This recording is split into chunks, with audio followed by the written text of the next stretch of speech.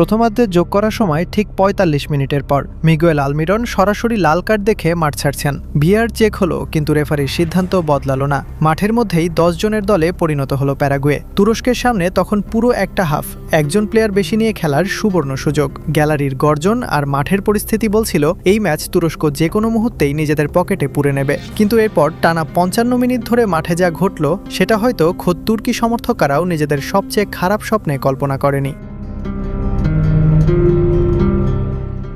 এই সাসপেন্সের গল্পটা শুরু কিন্তু একদম ম্যাচের প্রথম বাঁশিতেই। দর্শকরা তখনও ঠিকমতো সিটে বসেই সারেনি। ঘড়ির কাঁটায় মাত্র ২ মিনিট। জুলিও এনসিসোর একটা বুদ্ধিদীপ্ত পাস খুঁজে নিল মাতিয়াস গালারজাকে, আর ডিবক্সের বাইরে থেকে গালারজার সেই বাঁ পায়ের বুলেট শট বল সোজা জালে। পুরো স্টেডিয়াম মুহূর্তের জন্য স্তব্ধ হয়ে গেল। তুরস্ক শুরু থেকেই ব্যাকফুটে। এরপর প্রথমার্ধের শেষ দিকে আলমিরনের ওই লাল কার্ড তুরস্কের জন্য লাইফলাইন হয়ে এলেও প্যারাগুয়ে যে ডিফেন্সে এমন নিচ্ছিদ্র রূপ নেবে তা কে জানত। আর এই অপ্রত্যাশিত হার দিয়েই বিশ্বকাপের মঞ্চ থেকে সবার আগে বিদায় ঘণ্টা বেজে গেল তুরস্কের।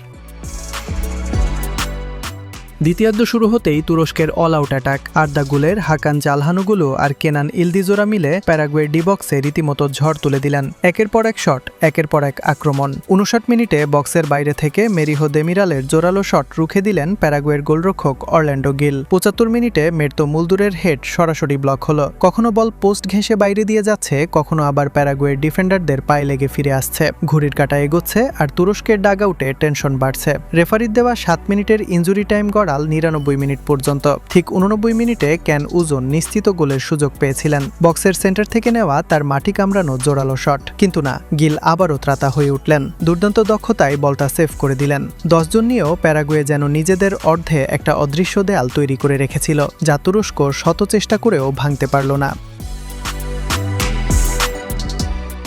১০ জন নিয়ে পুরো একটা হাফ সামলে ১-০ গোলের লিড ধরে রাখা প্যারাগুয়ে দেখিয়ে দিল শেষ বাঁশি বাজার আগে মাঠের লড়াইয়ে হার মানতে নেই। অন্যদিকে একবুক স্বপ্ন আর প্রতিশ্রুতি নিয়ে আসা তুরস্ককে মাঠ ছাড়তে হলো মাথা নিচু করে, টুর্নামেন্ট থেকে সবার আগে বিদায় নিয়ে। ফুটবলের এই আনপ্রেডিক্টেবল রোলার কোস্টার রাইড যদি আপনারও নার্ভাসনেস বাড়িয়ে থাকে, তবে স্পোর্টস ট্রেন্ডস নেটওয়ার্কের সাথে সাবস্ক্রাইব করে যুক্ত থাকুন, কারণ বিশ্বকাপের প্রতিদিনের মাঠের ভেতরের এমন থ্রিলিং আপডেট আর পেছনের গল্প আমরাই নিয়ে আসব আপনার স্ক্রিনে।